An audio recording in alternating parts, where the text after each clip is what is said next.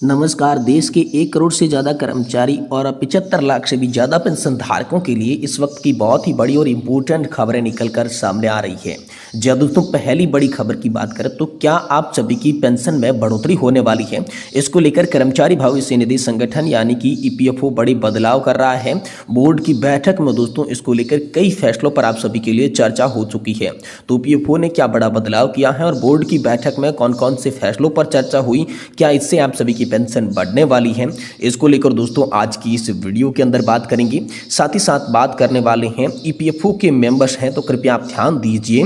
अब दोस्तों EPFO members को मिलेंगे 15,000 रुपये सीधे खाते में। जी हाँ दोस्तों, नई योजना आप सभी के लिए शुरू कर दी जा चुकी है, प्रतिमाह 15,000। तो आखिरकार ये फायदा किसको मिलने वाला है, ईपीएफओ की न्यू स्कीम क्या है, पीएफ मेंबर्स के लिए ध्यान देने योग्य बात क्या है और ये नियम कब से आप सभी के लिए लागू होने वाले हैं, इसके बारे में दोस्तों आज की इस वीडियो के अंदर बात करने वाली हैं। साथ ही साथ दोस्तों आप सभी को बताएंगे कि केंद्र सरकार ने पेंशन भोगियों के लिए नई सुविधाओं का ऐलान कर दिया है। हर पेंशन भोगी को इसका लाभ मिलेगा। तो फर्स्ट ब्रेकिंग के तहत आप सभी के लिए केंद्र सरकार ने कौन सी नई सुविधाओं का ऐलान किया है, जैसे पेंशन भोगियों को किस तरीके से लाभ होने वाला है, इसकी भी चर्चा इस वीडियो के अंदर करेंगे। और वहीं अंत में दोस्तों आप सभी के लिए बात करेंगे ऑटो क्लेम सेटलमेंट की सुविधा अब 1 लाख रुपए तक होगी लागू। कर्मचारी भविष्य निधि संगठन ने कई और मामलों पर दी है बड़ी जानकारी।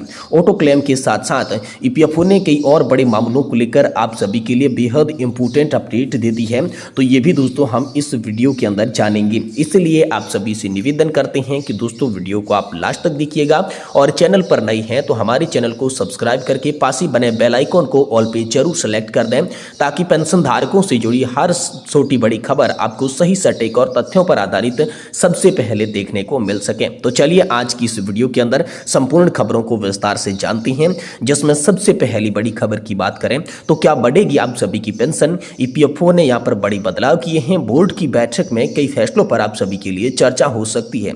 तो चलिए इसके बारे में विस्तार से जानकारी को जानते हैं। देखिए दोस्तों, कर्मचारी भविष्य निधि संगठन यानी कि ईपीएफओ के सेंट्रल बोर्ड ऑफ ट्रस्टी यानी कि सीबीटी की दोस्तों आप सभी के लिए महत्वपूर्ण बैठक हो चुकी है। जी हां दोस्तों, केंद्रीय श्रम और रोजगार मंत्री मनसुख मांडविया की अध्यक्षता में ये बैठक दोस्तों आप सभी के लिए आयोजित की गई है। बिजनेस टुडे के सूत्र के हवाले से यह बताया गया है कि कर्मचारी भविष्य निधि संगठन की शीर्ष निर्णय लेने वाली इस निकाय इन कई महत्वपूर्ण प्रस्तावों पर चर्चा होगी। जी हाँ दोस्तों, यहाँ पर चर्चा जो है सेंट्रल बोर्ड ऑफ ट्रस्टीज की बैठक में हुई है। तो प्रमुख प्रस्तावों पर क्या क्या चर्चा होगी, तो बैठक में दोस्तों आप सभी के लिए इक्विटी ट्रेड फंड्स में निवेश, रिप्लेसमेंट पॉलिसी और रिडम्पशन राशि को पुनर्निर्मित, साथ ही रियल एसेसमेंट ट्रस्ट को लेकर और साथ ही रेगुलेटेड इंफ्रास्ट्रक्चर ट्रस्ट को लेकर निवेश के दिशा निर्देशों पर चर्चा होगी। इसके अलावा ईपीएफओ पोर्टफोलियो मैनेजर्स के वार्षिक दर की समीक्षा और वित्तीय वर्ष 2023-24 के मसौदे वार्षिक रिपोर्ट पर भी आप सभी के लिए निर्णय लिया गया है।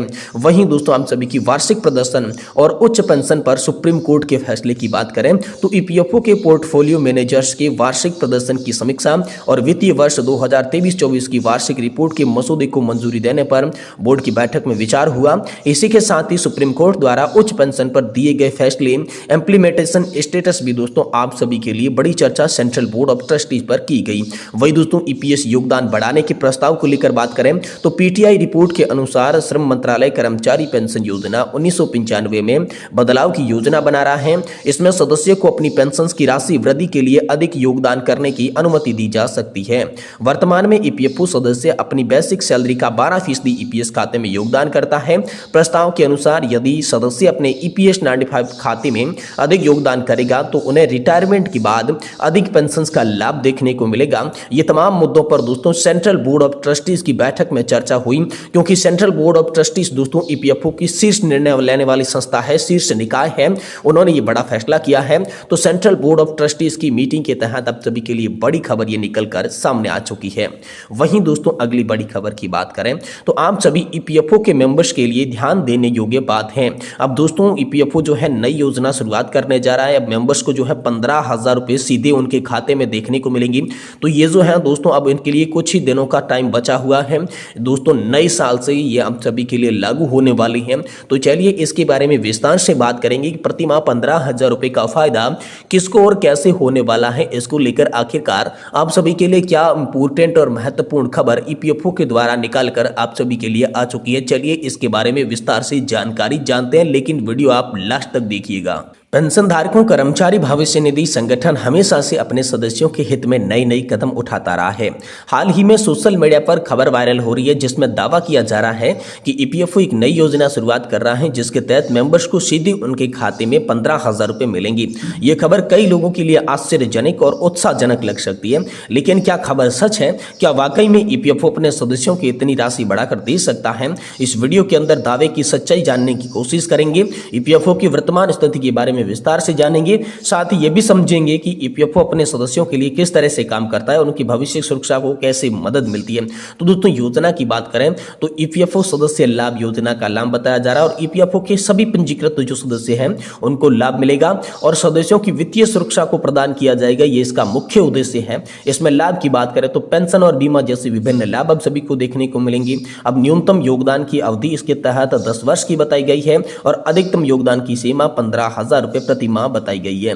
वही दोस्तों 2023-24 के लिए जो वार्षिक ब्याज दर है वो 1.15% है और निकासी के नियम की बात करें तो अलग अलग शर्तों के आधार पर आप निकासी कर सकते हैं। तो क्या वाकई में ईपीएफओ 15,000 रुपए दे रहा है? अब आपको मुख्य सवाल पर आते हैं कि क्या वाकई में जो सीधे तौर पर ईपीएफओ 15,000 रुपए दे रहा है, इस दावे की सच्चाई क्या है?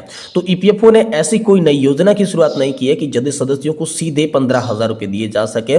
15,000 की राशि वास्तव में ईपीएफओ योगदान की अधिकतम सीमा है।